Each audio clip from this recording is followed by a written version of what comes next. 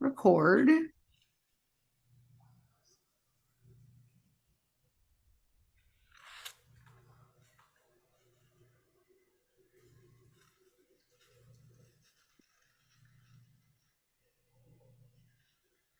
All right. And it seems we're live. As soon as I get word from Jana or whoever else shows up that they can hear us, the nonsense will commence. So right now, I think it says there's one watching and it must just be me. I like the nonsense will commence. Commence nonsense. I feel like that should be our commence nonsense. Here we go. Commence. Oh, there's Jana. Right. Perfect. There we go. All right. I knew it'd be Jana. Excellent. The nonsense is now commencing. Okay. So this week has been very strange. We're definitely into a new level of the virtual, augmented, mixed media, extended reality, whatever the fuck we're living in, type of thing. But what makes you say that? Lots of weird experiences, right? Like lots of weird experiences and observations that it's clear to me that people in general, and oftentimes even myself and whatnot, don't understand where they are. They think they're in a normal world and they don't realize that there's no such thing as a normal world anymore. Well, right? How do you see that showing up? People, all kinds of newly uncoordinated movement. I went out to a party on Saturday night, and that's always a great place to like observe people who don't understand where they are and what's happening. And some of the stuff that we observed was like fascinating. I talked about quite a bit of it in the show I recorded with Les the other day. But do you remember when you first started seeing people play Pokemon Go out in public and how they would just like be staring at their phone and trip and bump into things and stuff like that? Affirmative. That is affirmative. Okay, I've seen this. Okay. So this is on, like, imagine that like on steroids times 12, and that you're in a space where some people are playing Pokemon Go and other people are playing other games, but some of them don't involve the phone and most of them don't know what game they're playing, right? Like, right? Like it's just, yeah, that was kind of the experience. Like, and that's not something I think about a lot, right? Like I used to talk about when I'd be out on the trail here, like maybe some of the people were not people. They were like holograms or projections or from some layer of the extended reality, right? That were kind of out there on the trail learning how to use their legs. But it's not something I thought about really a lot. I don't think about those things that much. And then you start to observe weird stuff and you're like, wow, this is so far outside of like the normal thing that I obsess on being weird that like, what could be the explanation for it? And so you look outside of your normal like list of things that you consider for explanation, and suddenly gaming and mixed realities and role-playing games and things like that, which I have no interest in any of that stuff, become like, you know, the only answer that makes sense. And then it's like, oh shit, now I have to pay attention to something that I have intentionally not paid attention to for most of my life, right? Like I gave up on video games like when Pac-Man stopped, when there stopped being arcades with like Miss Pac-Man, right? When it all became shooting games and like, you know, that kind of stuff, I stopped playing, I stopped paying attention. But I think that like to understand the way it will affect what we think of as our normal shared reality out there, people who don't have any understanding of that space are going to be at a disadvantage to realize what's going on. And so I'm disturbed by the fact that I have to now at least inform myself like how those games actually work and like what the technology is actually doing, right? And what would be the evidence that you're in an environment that's being dominated by that.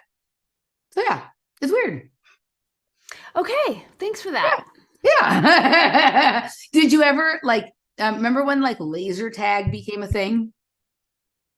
Right. So imagine finding yourself in one of those areas where there's like laser tag or people are playing a VR game, but there's no sign on it that says that's what's going on. You're just in a place that you think is like a normal nightclub or a normal restaurant, but it's that. right? And the kind of that sort of experience where you're like, what the fuck is going on here? And then you kind of realize, oh, like maybe I'm not in space I thought I was in. I'm at fucking laser tag, or, you know, and it sort of, I did go to like a virtual reality art. Well, I was at an art show one time, like an art gallery music kind of thing. And there was an exhibit that was a VR thing. That's the only time I've ever put one of those things on, and it was terrible. It wasn't one that was in any way disorienting or confusing. It was like very clear to me, like where the fake reality was and where the real reality was and where the boundaries were and the obvious stuff. You know, but that's it. Like I have no other experience in any of those kinds of environments, at least not knowingly, right? And so when you suddenly become aware that you're in one, it is bizarre, but interesting. Good people watching, right? People do different things when they think they're playing a game than they do when they don't realize that they are, or and vice versa, right? So it's good, but it's weird, and I'm here to chat with you. Whatever reality we find ourselves in right now, it's been a slow political week. Like it's been really difficult to find stories worthy of our nonsense, but maybe I've dredged up a few. How about you? I looked really hard. And like what you're saying about reality, we could pick this up on our Friday show. I just feel like has been this reality construct for a while. But regarding this news week, I mean, I checked out Glenn Greenwald. Everything seems so performative because it was a slow news week, and seeing these people without actually anything to talk about. I didn't really find anything that was worthy of our hyper multidimensional, incredibly intelligent commentary. I did find it amazing how many times I was called a Zionist genocide supporter this week. But again, we'll pick that up this Friday.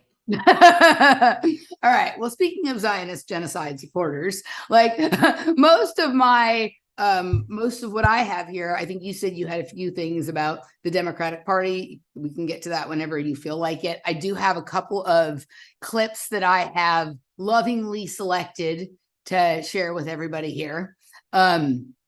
And so the first one was, I saw like not too much RFK Jr. stuff comes up in my feed anymore, mostly because he's no longer being interviewed by most of the people I subscribe to, because either he already has been extensively, or because they've realized that he's not the cup of tea that they were planning to drink.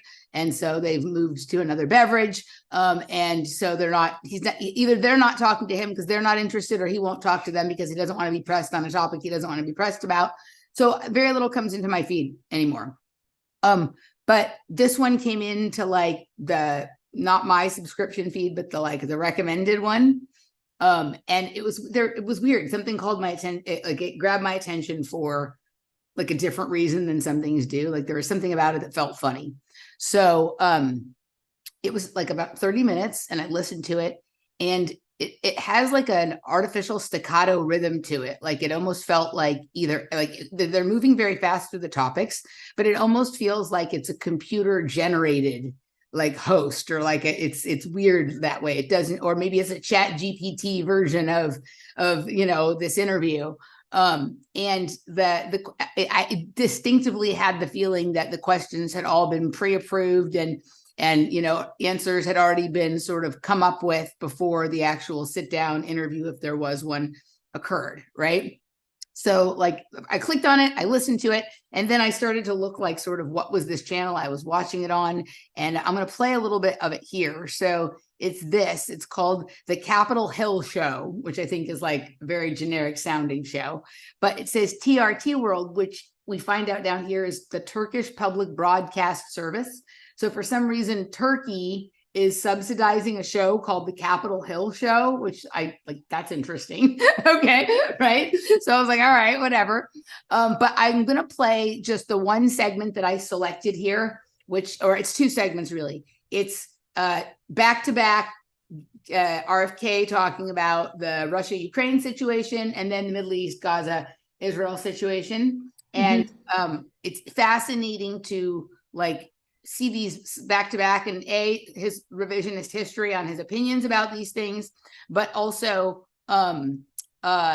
the inconsistency between how he views one and how he views the other, and then his shifting in his position about how he really feels about Palestine, at least in terms of terminology, for the, sort of algorithm capture, right? Or something like that. So I'm going to play this part. I'm going to shrink the box down low to avoid any issues. Oh, hold on. I think I better push the share sound and all that. Fair use, fair use. Fair use, fair use. Okay, here we go. Before they come across the border. And, it feeds on itself, so that if people know you can easily get across, then more and more people come, and you need to send the message out that nobody's getting across anymore. Let's talk about Russia and Ukraine. The Russia-Ukraine war is horrible. All war is horrible, but it is bloody, it is deadly, it is nasty. There's no debate that Russia chose to invade Ukraine. The debate that exists is why. Do you believe the United States played any role in provoking Russia into their action? I know that is not a doubt. We laid down the provocation. Of course, the biggest provocation was our insistence on moving NATO into Ukraine. And then we did something else. We walked away unilaterally. And President Trump did this too. From 2 intermediate range nuclear missile treaties. And then we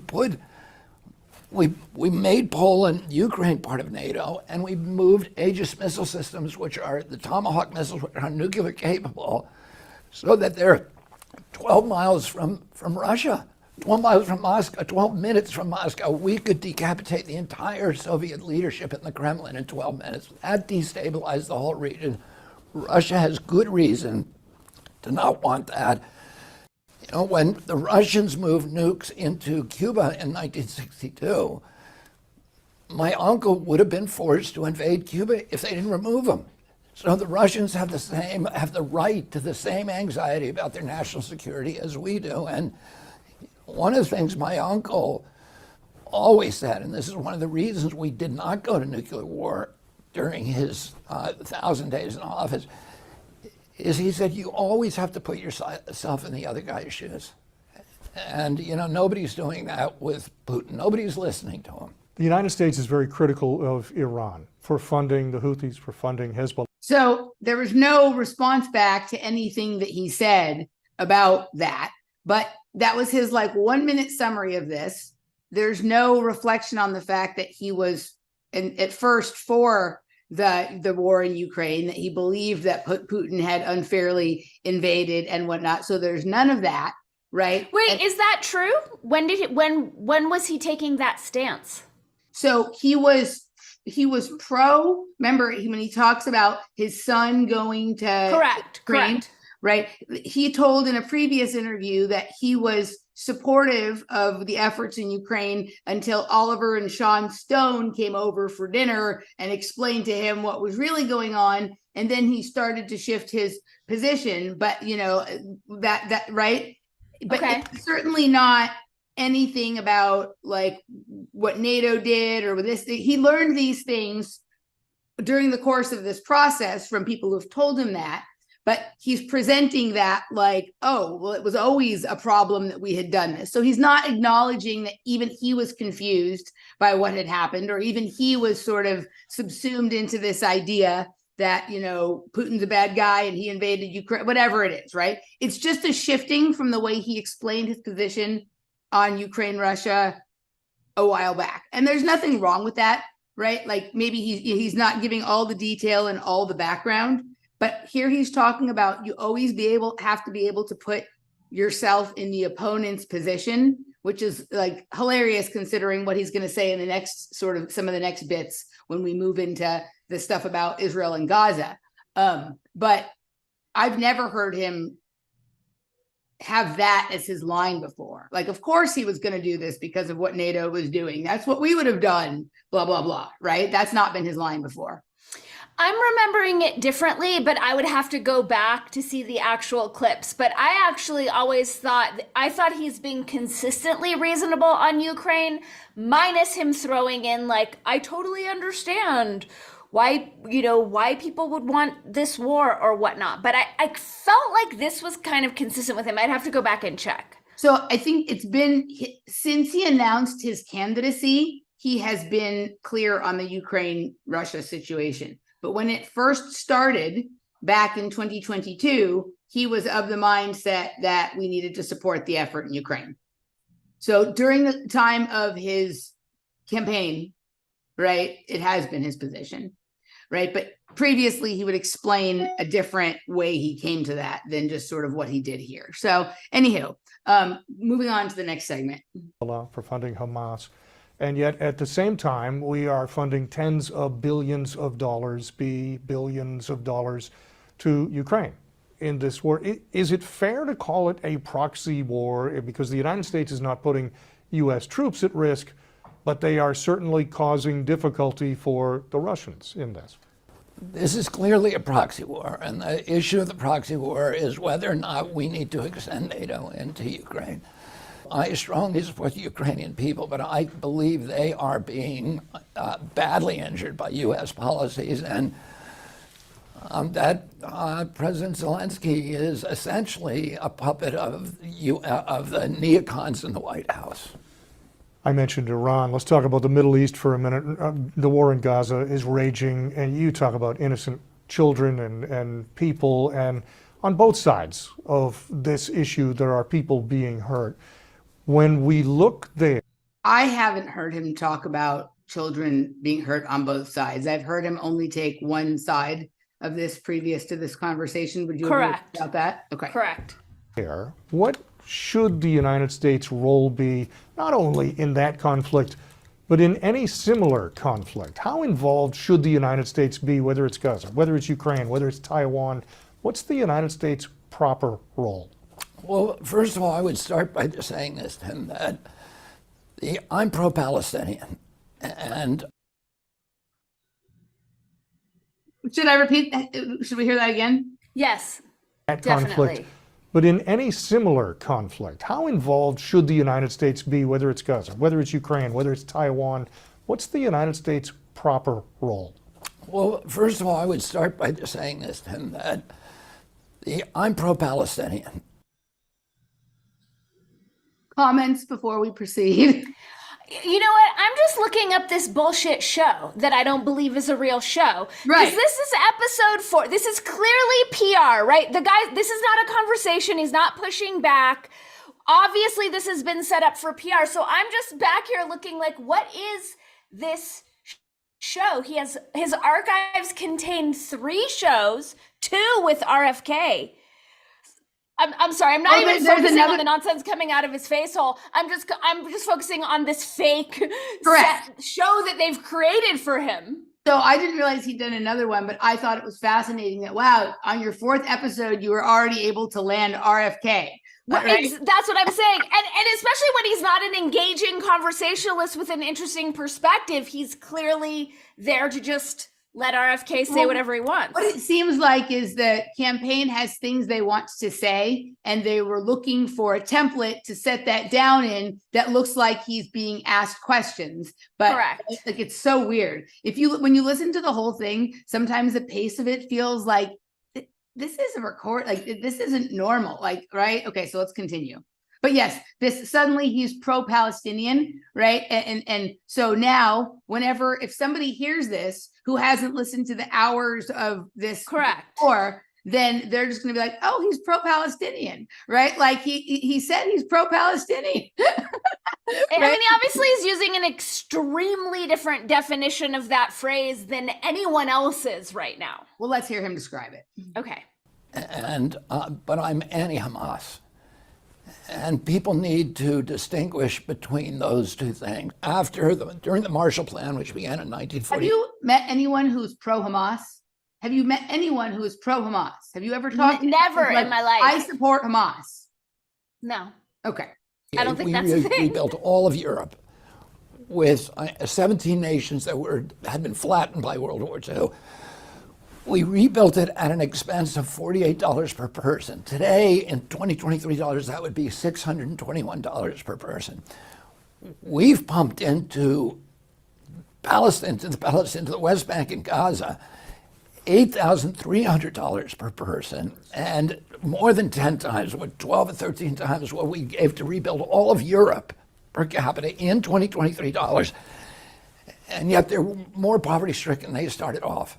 And why is that? It's because they've spent that money on enriching themselves and on impoverishing their people to keep them angry, to keep them in a state of, to weaponize them against Israel, which is, for them, it's formulaic.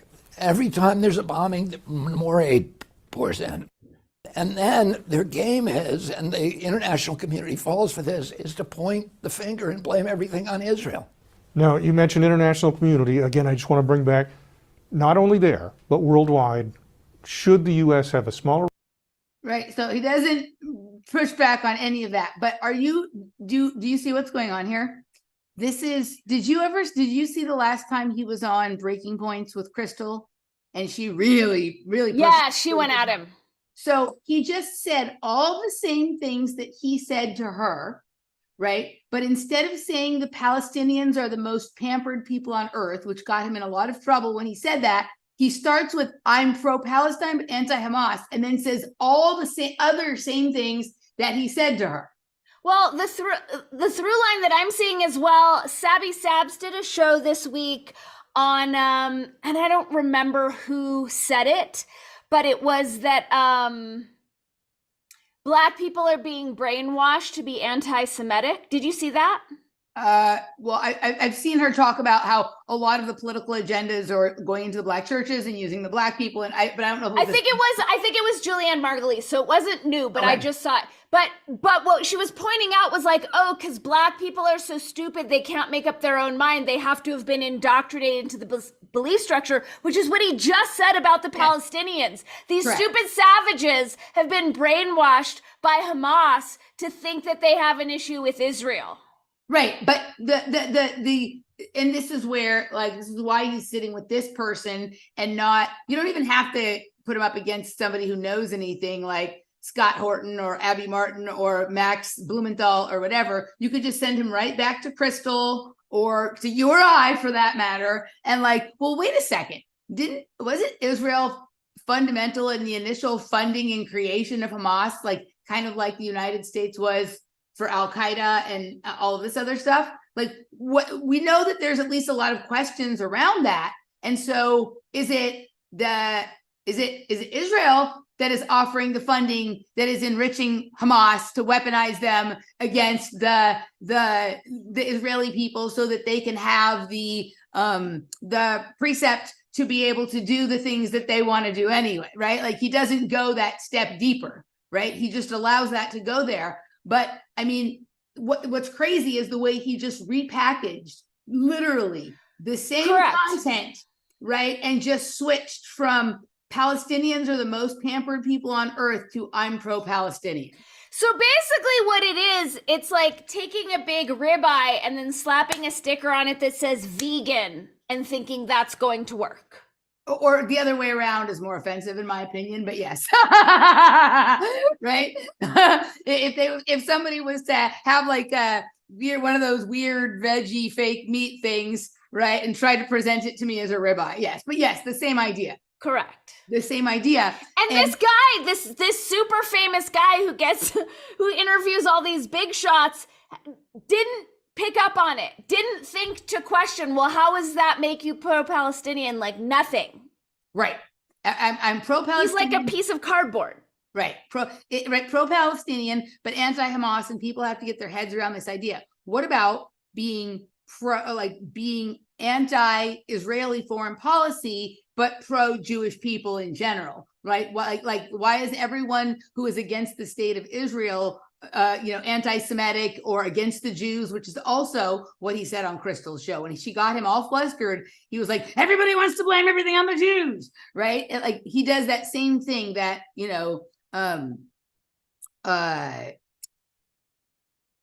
mixing that stuff up where they're not separating the difference between the state of Israel or Israeli policy and Jewish people in general, right? Everything that questions Zionism or the state of Israel is anti-Semitic.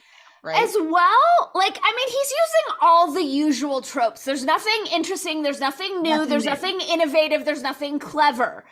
But I don't need, as a Jew, RFK to sit there and be my voice. It's so disempowering and offensive. Like, shut up about it already. I don't need to hear that you're such a friend to the Jews and you want to defend the Jews. It's like, no, you're a politician in Bill Ackman's pocket. Just call it. Totally. All right. I don't know that we need to continue on with any of that, but I just thought like that was a fascinating rewrite, right? From the what do the comments say on this? Can we see those? Sure. Let's see. Let's blow it back. I'm curious if anyone in the chat has heard of this journalist, Tim Constantine. Let's see if I can make it. How do I make it so that I can look in the comment section? I'd never heard of this person. I'm having trouble making it be normal. I can't make it be normal. Can you go? Oh, okay.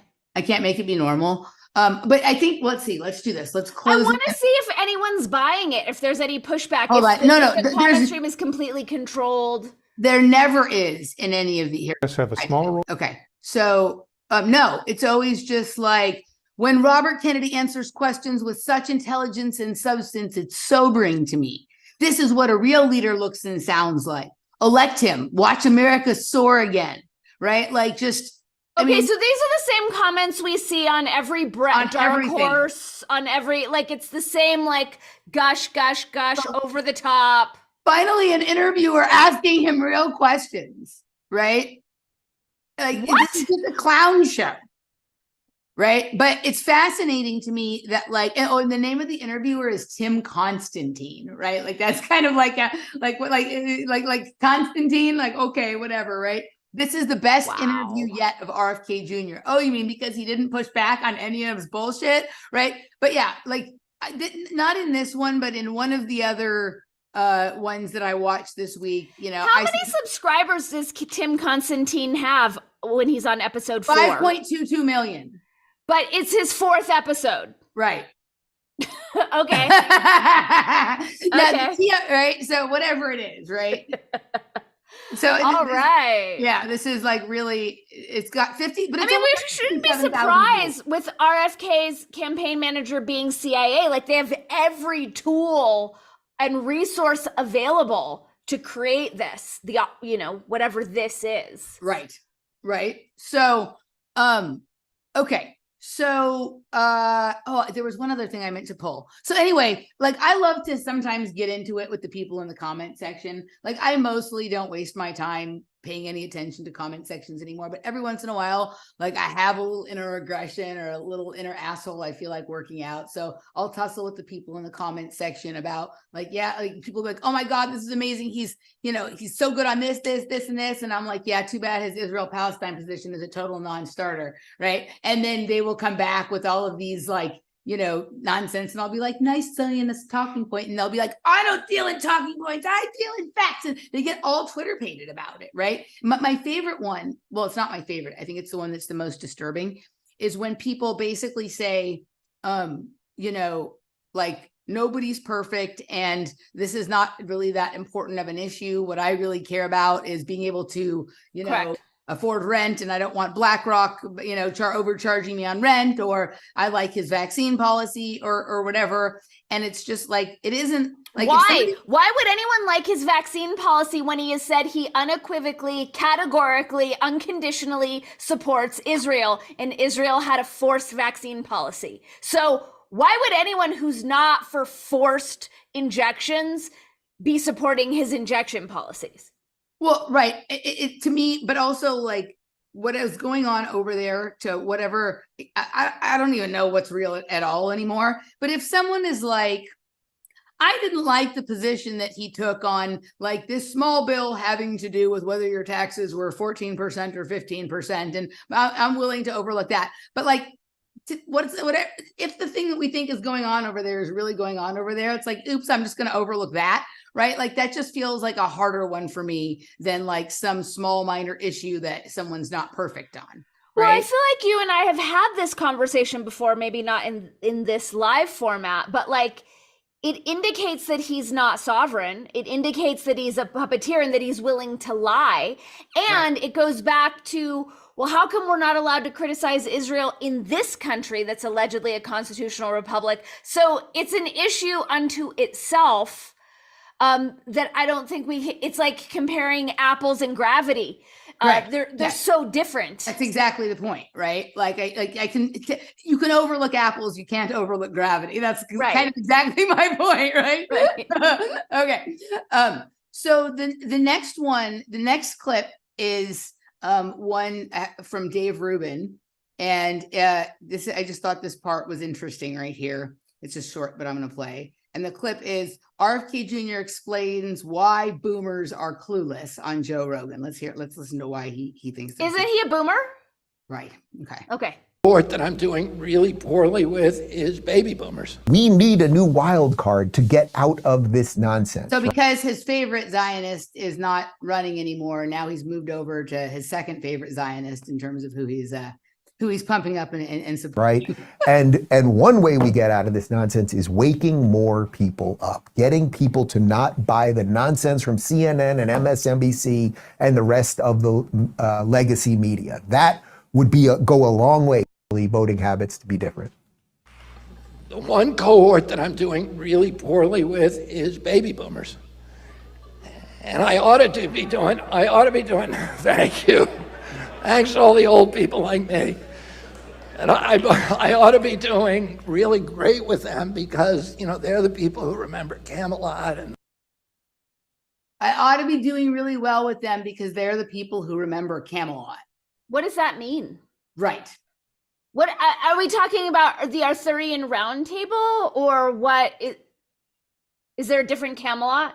So I think that's what they refer to his family's dynasty as. Oh, okay. Sorry, I'm not up on the Kennedy dynasty. He's literally equating the sort of meme or analogy that history has placed on his family, and basically saying like this was a wonderful time, almost like the original Camelot, and people should remember that and be fond of it. And if they're not, I don't understand, and they need to watch Joe Rogan. The Kennedy era. Well, I feel like he's talking about people like Robert Forte who are still under that Kennedy mind control, where he's shocked that the techniques that he's using, consistently referencing his uncle, aren't snowing the boomers. Right. Okay. But, they have a disability, which is they only get their news from ABC, NBC, CNN, MSNBC. So that's now a disability.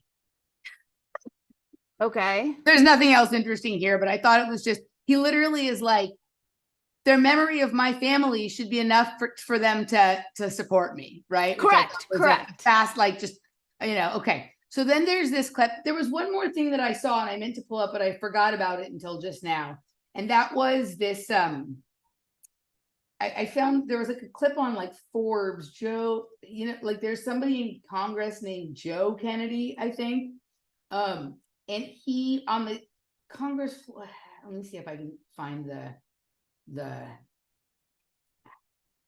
I can't find it. I should have pulled that up too. I'm not going to distract us from this. Okay, I'm going to go to another clip from Dave Rubin. And I don't know if you saw this, but there's this whole thing about like Ilhan Omar. She gave a speech this week. Have you heard this? I only know a little bit about it, but from what I understand so far, like the hypocrisy that is exposed by people who are making a big deal about this is fascinating. So let's hear what it says. Right, and this speech is completely bananas. There are many clips of it. We're only going to show you one portion of her talking. But Ilhan Omar was given a speech at a Somalian event.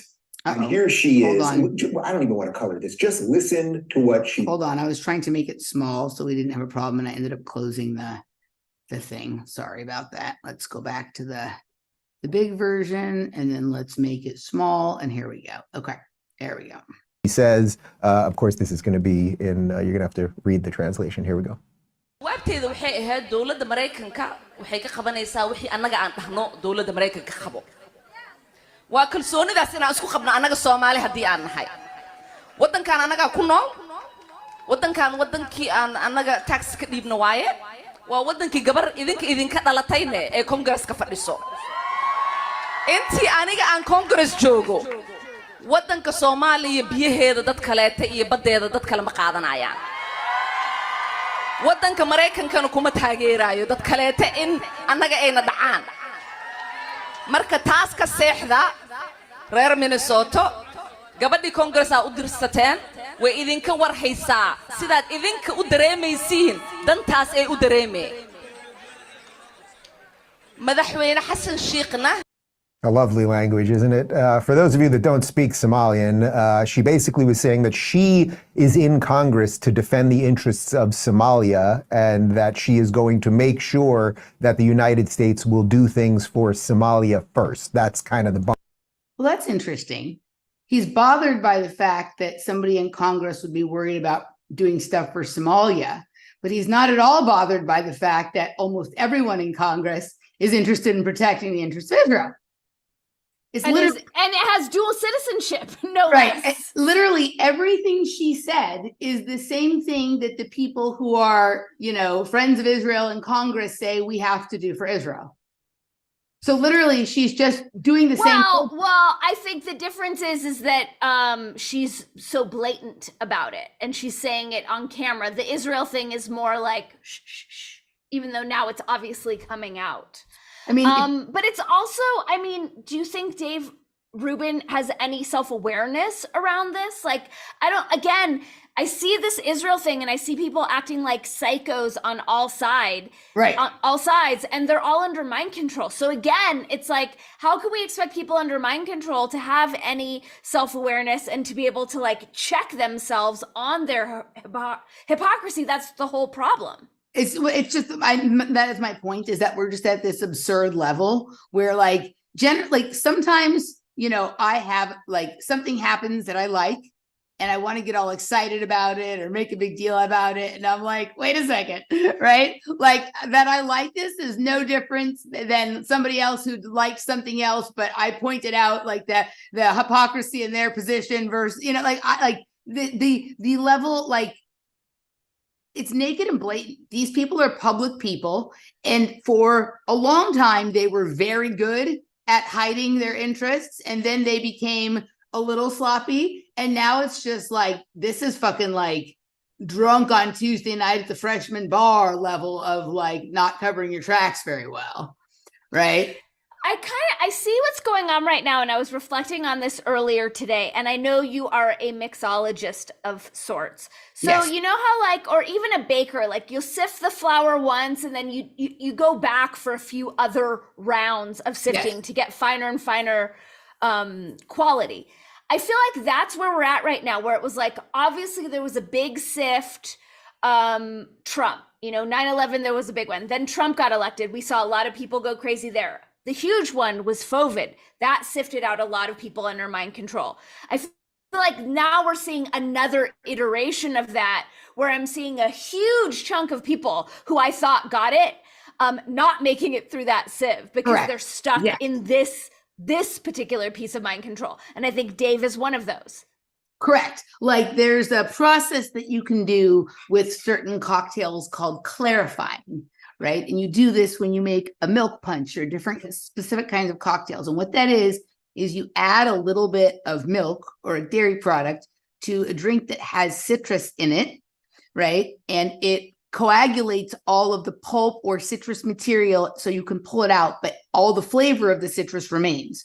So this is like one step beyond like straining. You might have like a regular strainer that you just put on the top of your cocktail lid. You might do it through a net to get it even in finer. But this would be if you want to get any remaining particulates out, you would, do this process called clarification. And then everything gets just kind of stuck to that. And you're able to like remove the blob from the thing. And then you have this really pretty, clear, elegant looking liquid that you can, that just has a different look to it than a cocktail that still has the fruit matter in it, which can be attractive as well, but it's just a different look. Right. Like it feels like you and I are like tired of straining and sifting, and we're ready to just throw in the clarifying milk. Right. But yeah, no, I mean, it's definitely, this is what I'm obsessed with this at this point. And I think I'm driving everyone, including myself, nuts because I'm parsing and parsing and parsing and splitting hairs here and, whatnot. But like quite literally, that is like exactly the same thing that AIPAC does. And did you remember Elise Stefanik in Congress when she was questioning the ladies from Harvard and MIT and how blatant and emotional and passionate she was getting? Yes. It's the exact same. That it's not different than what that was. Well, that my new thing, and I feel like if I'm talking to someone about an issue and they get that hysterical, the conversation's over. Like, I don't want to have a conversation with someone's mind control. It's so boring. And right now I'm just reliving what happened during the COVID thing with this like ferocious psychosis, so convinced in its own righteousness and unable to feel into centrist, not even centrist, but like non-partisan, non-binary, not polar like poles. Correct. Yeah. Correct. Yeah. No, and also just always this inability to say, I don't know. Right. I don't know. Like the amount of people who are so convinced that they know what the right answer is, right? For sure. That, like just began researching that, like remember the people who were explaining to us about health that started caring about it on March 11th or whatever. Yes. Like, it's like that kind of thing. Right. And like, I count myself amongst the people who probably don't know enough to really have an impassioned opinion on this. Right. But all I can do at this point is, rather than knowing what the right answer is, though I'm fairly convinced that like genocide and apartheid are never the right answer, is to use these events as opportunities to listen to the way people talk about them and judge their sort of integrity in terms of how they hold themselves responsible for the same things that they try to hold other people responsible for. And do they argue fairly and all of that kind of stuff? That's the only thing we can do, because like, I don't know what we would find if we went over there. Like, go ahead. 100%. And it's like, we can't believe what's coming through these screens because we know how often they lie and stage things. But I did have a conversation with someone this week. He makes computer models of foreign satellites for the DoD to help I'm probably not the Defense Department, but the military take out foreign satellites. And he's had this job for decades. And he said that the degree to which the demand on him has escalated under the Biden administration is shocking to him. And this is someone who I think is more identified with the left. But he said since the second Biden took office that he's just working overtime for this. And he said it clearly indicates that this administration is excited to get us into war. And that was before October 7th. This is funny. I wasn't going to talk about this, but it's one of these things I did listen to yesterday as I was reaching deeply into the bag because there wasn't much. I listened sometimes to Courtney Brown's Farside Institute. It's like a remote viewing thing. And he was having Aziz Brown remote view Joe Biden did you just see it? Yes. The feather feather orb UFOs. There's no feathers on the floor below me, guys. So Laner, I know you're here for the feather orbs and you just got one. Okay. So he had Aziz Brown remote view Joe Biden in August of 2023. And then again in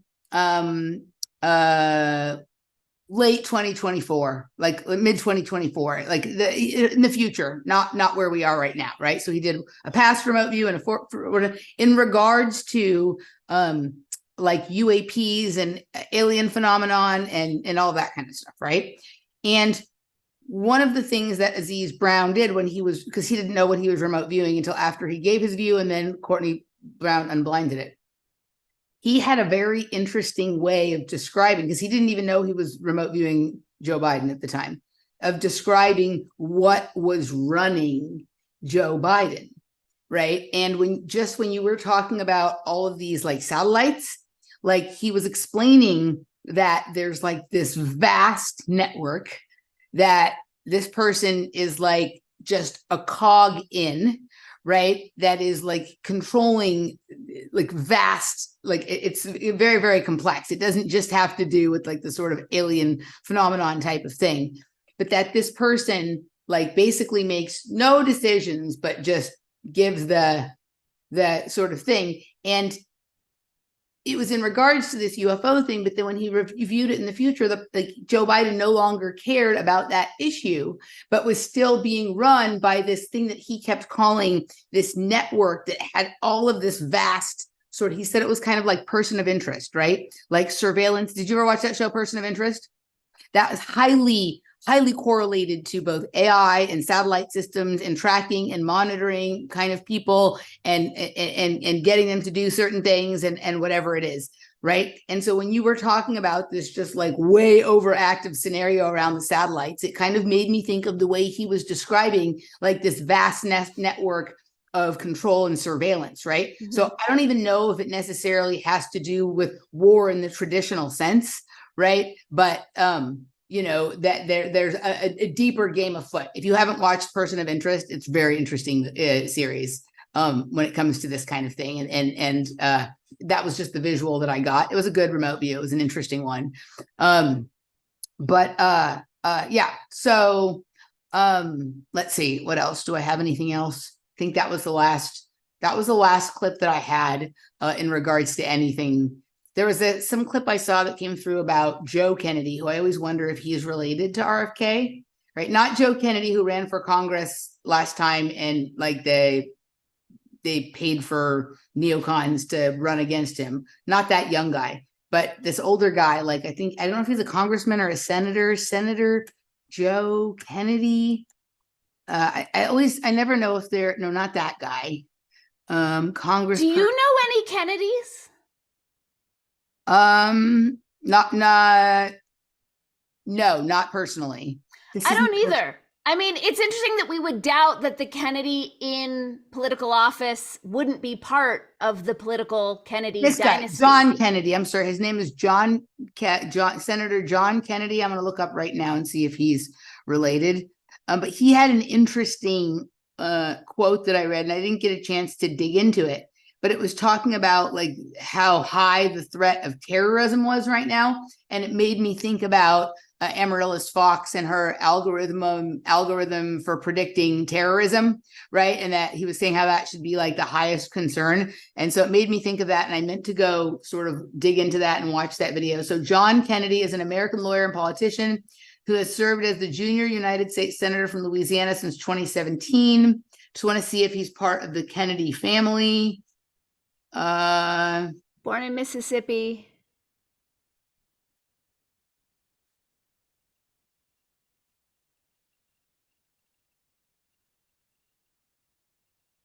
He's been in the Congress. He was in the Congress before Senate.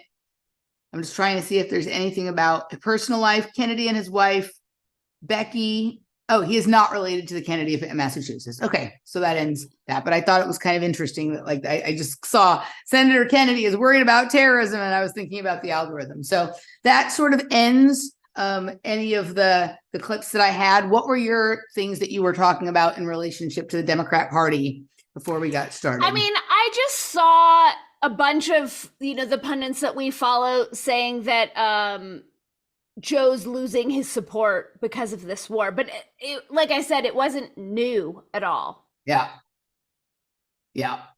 I think it's there's people basically going on television talking about how maybe it's worth changing his position on the Israel-Palestine thing just because so he doesn't lose support. Like it sounds so naked and desperate, right? One thing I heard was this like spin on him of like, Joe Biden has done more for LGBTQ and minorities than anyone in history, and how they're using all of this to position him as some sort of like visionary. I thought that was kind of interesting. Van Jones needs support. I don't have anything. Okay. So I put up a post earlier asking if anybody had any questions, comments, or tips or stories. And there was someone put a long thing that wasn't in any way related to election or politics or the overtly social culture. So I'm not going to answer that here. The only question that was somebody couldn't believe it had been a week since the last one, but there was one that asked that sort of tangentially relates. So I will answer this one. When do you think Andrew Bago enters the 2024 race? I remember him being told 2024 was one of the possible futures in which he wins. Or are we too far gone at this point for this to still be a possibility? So because they're referencing elections, I will answer this. Do you know who Andrew Bago is, Dani? No. So Andrew Bago is the gentleman who surfaced in the alternative media probably 12 years ago, 14 years ago, who claims to have been part of a time travel program called Project Pegasus. And then another, I'm sorry, maybe I have two programs. One is a time travel program, and one is a space travel program, that he's been to Mars, and that he, was part of a project that included Barack Obama and George Bush and other people in electoral politics. And that he, as part of this, somehow had the possibility of being president in the future. Do you have any idea what I'm talking about? No. Okay. So the most fascinating thing about this for me, because, everything is only fascinating and how it relates to me, is that he's from Chatsworth, right? And we went to the same high school, and he has a lot of similar memories and locations that were part of whatever his stuff is that are for mine, right? But he has he's about 15 years older than me. So he has a different sort of relationship and understanding with the technologies and the issues of the different time periods, right? So he thinks that he's been to Mars, and done all this stuff. And for me, it's no, there's a mind control program that makes people think they've gone to Mars, right? Or whatever it is. But that was at least the response I had when I interviewed him. But I found a lot of interesting details about his story to match up to things that I know to be true, right? Like in terms of where he was and when he was and what was going on. And sometimes we have different understandings of things or whatnot, but I don't think he's ever been deceptive. I think he's telling the truth as he believes it to be based on his experiences, but that doesn't mean it's correct. But one of the things he said is that he was going to, I think he did run for president in 2016, right? And he had some time window during which maybe he was going to have the possibility of being president based on the, looking glass or projecting into the future and seeing things or whatever. So I have not spoken to Andrew Bago anytime recently, though I do know that he has done a few interviews again, because I know Randy helped Chris and Hunter get him on recently. He was on their show recently. I've had the one very lengthy interview and then also lengthy phone conversation with him several years back. But that's it. But maybe I'll chat with him again sometime and see where he stands in his, his ascent to the presidency. Yeah, I don't know. Maybe there's another Andrew Bago in another timeline or on another dimension that is president, right? Because that's where I'm at with things right now. Why not? I'm sure there's probably some dimension or some timeline where I'm president, you're president. Hey, we all get our turn to be president, right? Kind of like when we were little, right? And you'd get to be boss for the day or leader of the day in whatever your club or troop or class or whatever was, right? I don't know. So that's my answer for the Andrew Bago. And now I'm going to look at the chat room and see what people are saying. If you have question, comment, anything like that you want us to respond to or whatever, put it in all caps because it's easier for me to pull it out and tell what is the question being asked from general chatter. All right, let's see. I'm looking and seeing. Yeah, that's interesting, Tunnelmental. All right, let's see. I did notice this, Verity Hound. So Verity Hound wants to know if we saw that Lex Fridman had Omar Suleiman on his show today. I did see that come into my feed. I did not, I haven't watched it yet, but I did see that. The guy that we watched interviewing RFK earlier, the Tim Constantine, is it's like the same phenomenon as Lex Fridman, who Lex Fridman got Elon Musk for, I think, his third or fourth interview ever, right? So it's like another one of those that doesn't quite make sense. I watched one of the most ridiculous and irritating 30-minute. He had Ben Shapiro and Destiny debating on his show. We talked about it. I It's tried painful. to watch. Yeah, Yeah, I it was couldn't do it. painful. Yeah, painful. All right, let's see. Let's see. Some people think he looks like a Baldwin. Brave New Order Films loves the channel. Keep on keeping on. Thank you so much for the donation. Greatly appreciated. Let's see. Brave New Order Film. And Jana thanked him for us. Jana, you are a tremendous host. I love you. Thank you, All Jana. right. So Tim Constantine was a Republican strategist on Al Jazeera for a while, according to Nigel. So he's a Republican strategist who's Yep. giving RFK a pass. Yep. So Okay. something doesn't line up in that. Thank you, Brave Right. New Order Films. Yep. Sounds like John Lilly's SSI-ECCO. Not sure what you're saying that in response to, but yes, I've spent a lot of time with John Lilly's SSI-ECCO. And actually, I was having an interesting conversation with Michael earlier today. I said to say hello to you, Dani. Hi, Michael. We might be revisiting some of that stuff. Anyone know where Og Tellez went? No, but there's a never-ending long line of people who constantly ask me that. I haven't heard from him since 2017. Yeah. So let's see. Bashago has no actual platform. He just runs around telling conspiracy theorists to vote for him. I can't say that you're wrong, Verlath. Love both of you. Content always fascinating. Thank you. All right, let's see. Okay, so nobody else has placed a question, comment, or anything in the box. So do you have anything else you want to say? No, I'm doing my best to be responsible with our new structure and like hold off on all of the tangents, especially since we're recording a show on Friday. So no, I did try. It was just super boring news week. Okay, well, if you have a 2-minute tangent that you would like to go off on, we have the space and we have the time. No, I want to save it for a longer, larger unpacking. Although I do want to put a call out. Because I've been trying to figure out a show to do with Eric Davis, and I had proposed tipping culture and the weaponization of customer service, which I'm obsessed with. But he's like burnt out, so he's pulling out. So I'm looking for recommendations on who to share this conversation with. I think it's a great topic, right? The tipping culture part has now gone so to the cuckoo place where everyone just wants a tip for just doing their job, and it's this like new bullying way of doing it. Do you know, like, it's getting crazy, like paying my physical therapist. Do you want a tip? Fuck no, I'm paying your actual rate. Like, it's gone nuts. Yeah, we don't understand what tips are anymore.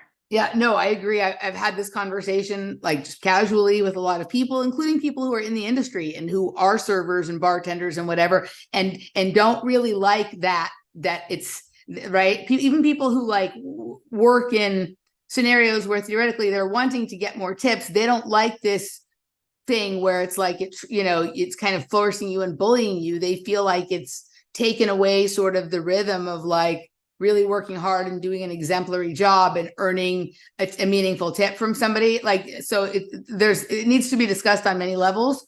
I don't know if there's an expert on that scenario out there, but if people in the audience know, then please help Dani find the right person to converse about this with. If not, you'll have to listen to she and I converse about it. Right? I did forget one thing that I wanted to say. As we were getting ready to do this, there was a live stream that just finished, and I started listening to the few minutes, the replay. Michael Malice had Brett Weinstein on. Okay. And I just saw it in your feed when you were showing us the little square. so they started off Malice kind of kissing Brett's butt and talking about how wonderful he is and vice versa. But then they got quickly into this conversation around Brett Weinstein thinking that RFK is the right man for the job and that the Libertarian Party is the right place for him to do it. And Michael Malice responding that he thinks RFK is a psychopath. But the items of but it's fascinating. I only got about 10 minutes in. So I don't but this would be like, there's part of this conversation, like, I would love to know, like, if he's being sacred clown or if he's being like mind controlled part of the intellectual dark web. Michael Malice is what I'm talking about, right? Because it, like, I want to hear all the reasons why I haven't gotten far enough down the list of why he thinks, but he's already brought forward some good points. But yeah, it's another one of these, I'm sure, ridiculous conversations, but I found it sort of temporally ironic that it was ending just as we were beginning. Right? Totally. Did you see Michael Malice interview Roseanne and ask her about her participation in Hollywood Satanism? No, but you mentioned it to me before. I wonder if that's just not his shtick. Like, take the unpopular opinion to the nth degree and then dig in to back it up with some interesting kind of out of the ordinary perspectives. I'm excited to watch it. Yeah, yeah, me too. And maybe we'll report back on it. But as you've heard Dani mention a couple of times, we like to deeply unpack some of these topics, and we like to get into what we consider to be our real work, not nonsense, which is politics and elections and things like that. And so if you would like to hear us go deeper into some of these characters and some of these topics, and track certain threads in relationship to the intellectual dark web, Santa Fe Institute, psychedelics, all kinds of things that are ongoing conversations for us, you have to go to our regular show, which is Words Podcast, which you can find at wordspodcast.locals.com, where sometimes broken up into two shows, sometimes a big long show. You get about 4 hours of content that is not publicly available a month, and the love and appreciation of the two of us. And in the description box below, once I post this, I forgot to do it before. As soon as this goes up, I'll put a promo code for a free month in our community, so you can try it out and see if you like it and all that jazz. Can I do a quick commercial? Yes, please. My pop propaganda digital course went live today. It's for teens and grown-ups, and go to poppropaganda.com and you can get $70 off through Sunday with promo code POPPROP70. Awesome. If you want to do our Words Podcast page, go to wordspodcast.locals.com, and in all capital letters and all one word, welcome to Words is the promo code for a free month. Also below, I'll put Dani's site and stuff. The stuff for my various pages are there. There's promo codes offered for all my locals pages. And I'm also doing, Patreon now allows you to do a free 7-day trial. And so I have a 7-day trial of both the $10 level, but also the $25 level, which is the Glass Bead Gamer level. So people who have never checked out the like more than 85 or 100 or something shows that I've done with Michael Wan on synchromysticism and whatnot, like that's there. You guys can go try all of that out. And yeah, it's good stuff. So good taste. See if you like. If you like, come back for more. I'll mix you up a cocktail, maybe a clarified punch. And if I do a good job, you can leave me a big tip and I won't force you to. I think that's all. Let's see. Hold on a second. There's a few more things that came in. Someone Googled Og Tellez. Let's see. Legit a psychopath. Not Og Tellez, RFK, I think is what John is saying. Have we looked into the Super Bowl yet? I listened to a really interesting, I'm into the donut factory these days, and they were doing an analysis of like Taylor Swift and the ley lines in Tennessee. And I mean, I think that there will be, of course, something interesting about the Super Bowl. Yeah, I haven't looked into it. I mean, I pay almost no attention to football because it's just not one of those sports that I understand or like. But yeah, there's always something. I know there's like a lot of Taylor Swift energy right now, and her friend is the football player or whatever. Hi, Cheney. Cheney made it here at the end. And yeah, but I don't know. I know that there's like people think that Taylor Swift is a psyop, and like that also is a psyop.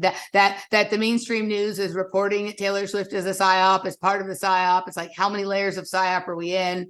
Well, right? John Dvorak is not a conspiracy theorist, and he has gone on record saying Taylor Swift is a psyop, like way back when she first came out, tying it in with her daughter, her dad, who I guess is some marketing executive. But I mean, for him to be holding that line for as long as he has, when he doesn't throw out the psyop word all that easily, I give it a lot of credence. Yeah, no, I mean, I don't know how people couldn't have seen this I don't think we needed to wait till this year to say that, but right. There's definitely probably going to be some shenanigans around that. Okay. Are we done? I think we're done. I think we're done. Okay. Next Wednesday, same time, same place. Thanks for hanging, guys.